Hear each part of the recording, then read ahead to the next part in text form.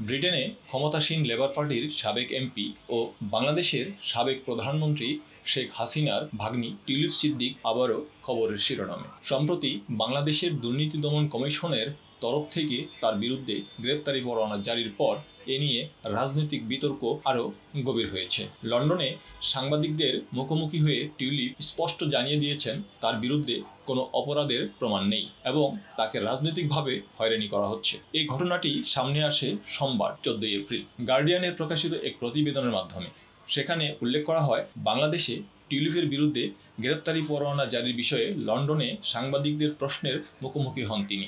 সাংবাদিকদের উদ্দেশ্যে তিনি বলেন, বাংলাদেশি কর্তৃপক্ষ তার বিরুদ্ধে মিডিয়া ট্রায়াল পরিচালনা করছে। টিউলিপের ভাষায়, তার আইনজীবীরা বাংলাদেশি কর্তৃপক্ষকে চিঠি লিখলেও তার কোনো উত্তর দেয়নি। তিনি এই ঘটনাকে সম্পূর্ণ রাজনৈতিক উদ্দেশ্য প্রণোদিত অপপ্রচার হিসাবে আখ্যা দেন এবং জোর দিয়ে বলেন, আমার বিরুদ্ধে কোনো অপরাধের প্রমাণ নেই।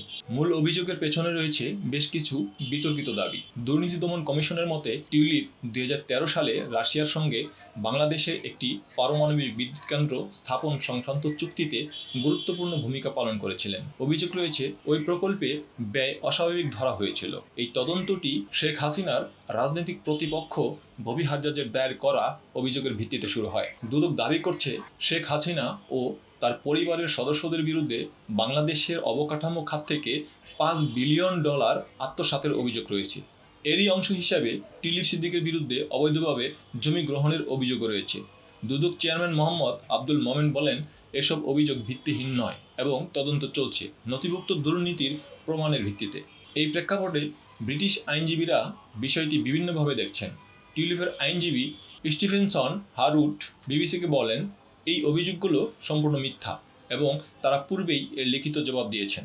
এর আগে ব্রিটিশ প্রধানমন্ত্রীর নৈতিক উপদেষ্টা স্যার লরি ম্যাগনাসও টিউলিপের বিরুদ্ধে অভিযোগ তদন্ত করেন এবং জানান তিনি কোনো অসঙ্গতি খুঁজে পাননি। এরপরই টিউলিপ মন্ত্রিত্ব থেকে পদত্যাগ করেন। ব্রিটেনের প্রত্যর্পণ আইনে বাংলাদেশকে 2B প্রত্যর্পণ দেশ হিসেবে তালিকাভুক্ত করা হয়েছে, যার মানে হলো টিউলিপকে প্রত্যর্পণের আগে বাংলাদেশকে যথাযথ প্রমাণ দিতে হবে। এই বিষয়টি ব্রিটিশ সরকার মুখ খুলতে নারাজ। প্রধানমন্ত্রী কিয়ার স্টারমারের মুখপাত্র জানিয়েছেন, ব্যক্তিগত মামলায় তারা কোনো মন্তব্য করবেন না। টিউলিপ সিদ্দিকের দাবি ও অবস্থান শুধু একটি রাজনৈতিক বিতর্ক নয়, বরং এটি আইনি স্বচ্ছতা, আন্তর্জাতিক কূটনৈতিক সম্পর্ক এবং প্রবাসী রাজনীতিকদের ন্যায্যতা নিয়েও প্রশ্ন তোলে।